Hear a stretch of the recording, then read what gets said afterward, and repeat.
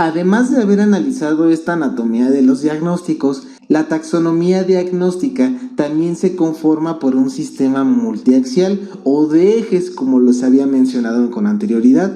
Esta se compone por 7 ejes fundamentales.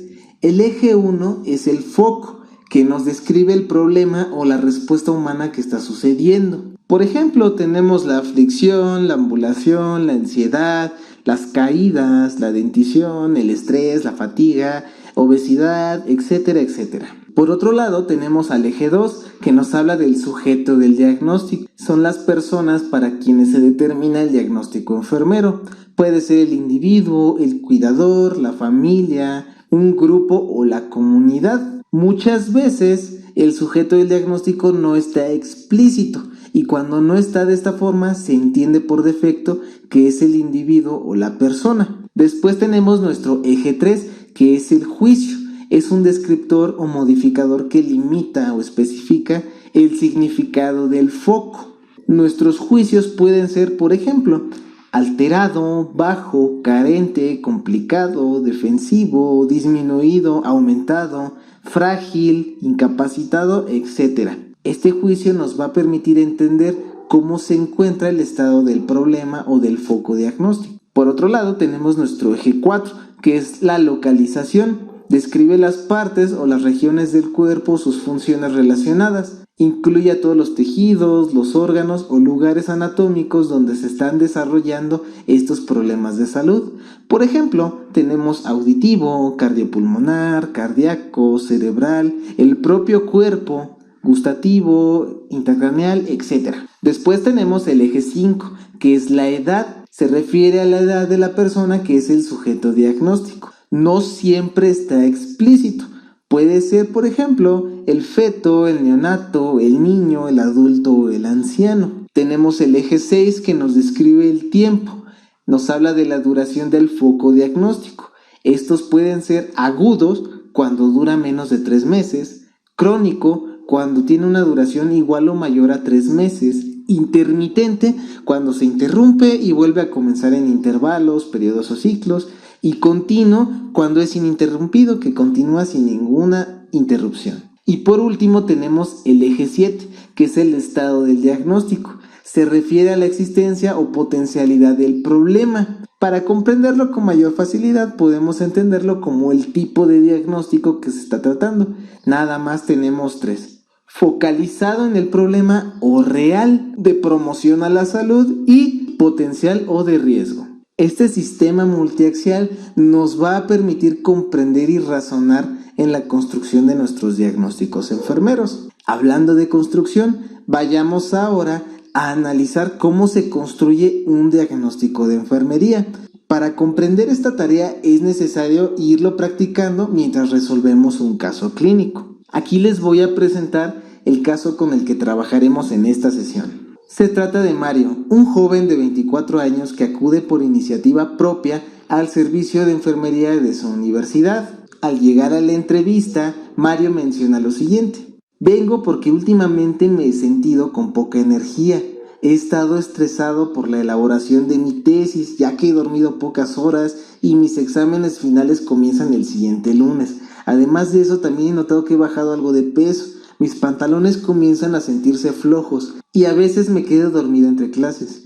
Quiero mejorar mi estado de salud. Como datos históricos encontramos los siguientes puntos.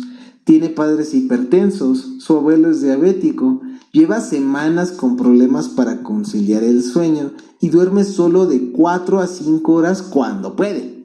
En el examen físico encontramos una tensión arterial de 134/84 milímetros de mercurio. Encontramos también 94 pulsaciones por minuto, 17 respiraciones por minuto, una temperatura de 36.4 grados centígrados, un peso de 60 kilogramos, una talla de 1.74 metros. Además está ligeramente pálido, se observa que está cansado, tiene ojeras, tiene una postura encorvada característica de un cansancio enorme y tiene fuerza disminuida. Entonces, ¿por dónde vamos a comenzar? Recordemos que el proceso enfermero es nuestra herramienta de trabajo, es nuestra metodología a seguir para conocer en qué orden debemos de trabajar.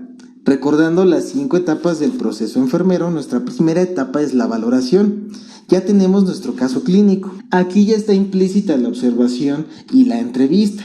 Sin embargo, nos falta analizar nuestros datos, interpretarlos y organizarlos. Entonces aquí yo les voy a recomendar los primeros puntos para trabajar esta fase de valoración. Yo les voy a pedir que clasifiquemos primero nuestros datos en objetivos, subjetivos, históricos y actuales, y después vamos a organizarlos según los patrones funcionales de Gordon. Aquí yo les comparto algunos datos de relevancia que encontramos en el caso. Por ejemplo, el paciente nos menciona que se siente fatigado, que tiene una gran carga de trabajo, que refiere quedarse dormido, que desea mejorar su salud, tiene problemas de sueño, tenemos una tensión arterial y su pulso muy cercanos a los límites, una fuerza disminuida y que tiene ojeras. Entonces lo primero que ustedes pueden hacer es hacer una tabla como la que yo hice, donde pueden clasificar los datos que encontraron en objetivos y subjetivos. Recordemos que los datos subjetivos son todos los datos que nos hablan de la perspectiva o visión que tiene el paciente de su estado de salud, sentimientos, emociones, síntomas. Y los objetivos son datos mesurables y comprobables que surgen al momento de la valoración enfermera. Pero también nuestros datos pueden ser históricos o actuales. Históricos se entienden como todos los antecedentes o hechos que suceden a lo largo del tiempo. Y actuales son todos aquellos que se están presentando en el momento de la valoración. Después lo siguiente sería organizar estos datos. Para esta organización se pueden apoyar con el archivo que les compartí, que viene el formato de valoración institucional por patrones funcionales. Su siguiente tarea sería identificar esos datos que acabamos de listar y acomodarlos según el patrón al que correspondan.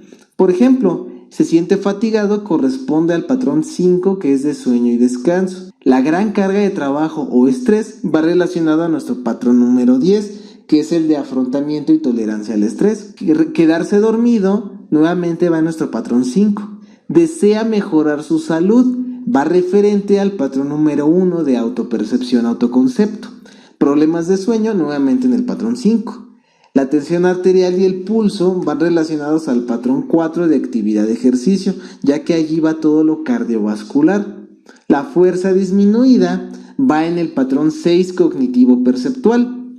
Y las ojeras, como son signos de cansancio y de equilibrio de energía, vamos a relacionarlas a nuestro patrón 5 de sueño y descanso. El que ustedes acomoden estos datos por patrones funcionales les va a permitir tener una mayor precisión a la hora de elaborar diagnósticos enfermeros y futuramente a desarrollar un place en toda su complejidad. Ahora vamos a nuestro siguiente punto. Ya que organizamos nuestros datos y los interpretamos, es momento de construir nuestros diagnósticos.